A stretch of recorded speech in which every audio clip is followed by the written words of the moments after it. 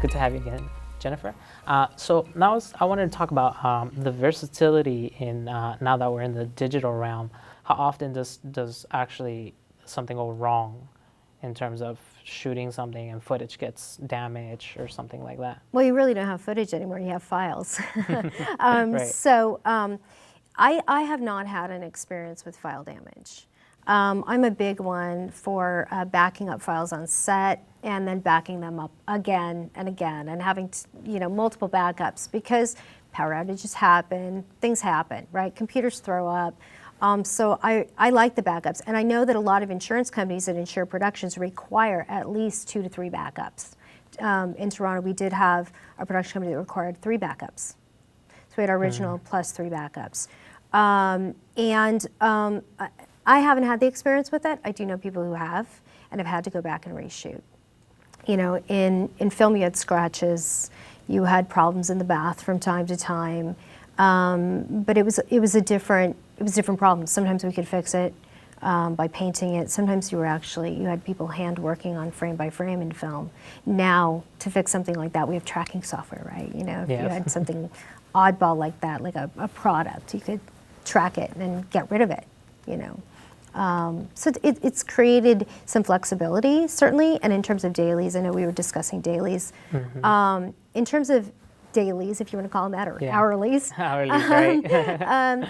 It's good and it's bad. I think the good thing is you have that instantaneous look. Is it working? Is it not working? And the ability to almost right away turn around and go back and reshoot something. The bad thing is, does that make people lazy at their jobs? Yeah, I feel it does. I think.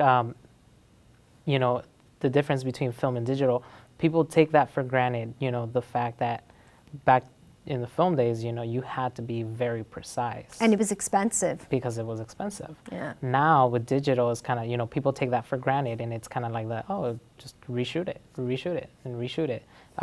Does that create a lot of problems in terms of your end when it comes down to, you know, handling all that footage? In my end, what happens is that if you're on a production, and I was on a small production where they took advantage of it. So they wanted to watch after every take, oh, we gotta watch the take, we gotta watch the take. Well, you're watching the clock tick. And as you're watching the clock tick, the money's ticking with it. And you're not getting your day. You know, your poor AD is out there ready to lose their mind because they know how much they have to get done. They know how much it's costing. And refocusing people and saying, look, we need to keep shooting. We need to pretend like this is film and we can't keep watching. Or we need to pretend like this is film until lunchtime. And then we can go back and do some pickups, you know? We can go back and do some pickups and work through lunch by watching dailies at lunch. I think that's advantageous at times, especially when you're on little budgets, to watch those dailies at lunch and be able to do those pickups or inserts, especially if you have your editor there with you. You know, they can say, hey, we don't have any coverage for this, or you don't have a cutaway for this.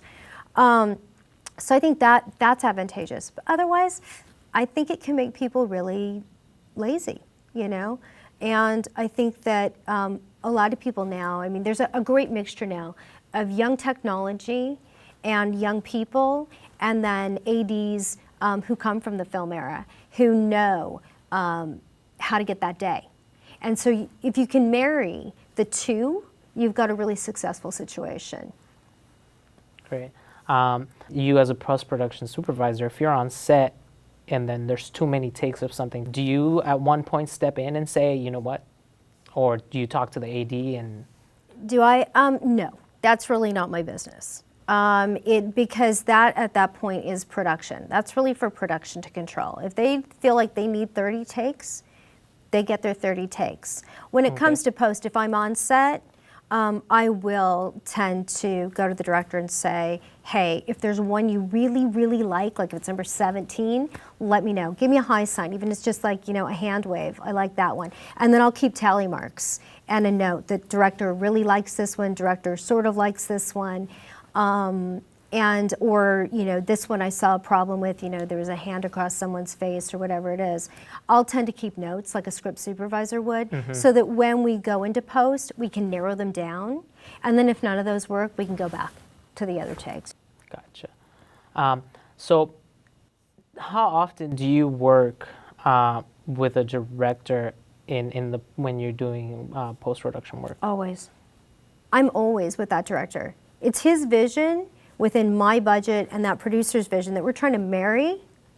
And it's my job to make that money work in ways that will give us a finished product that's the best that it can possibly be. Cool. Awesome. Well, thank you very much. And I'll ask you a few more questions.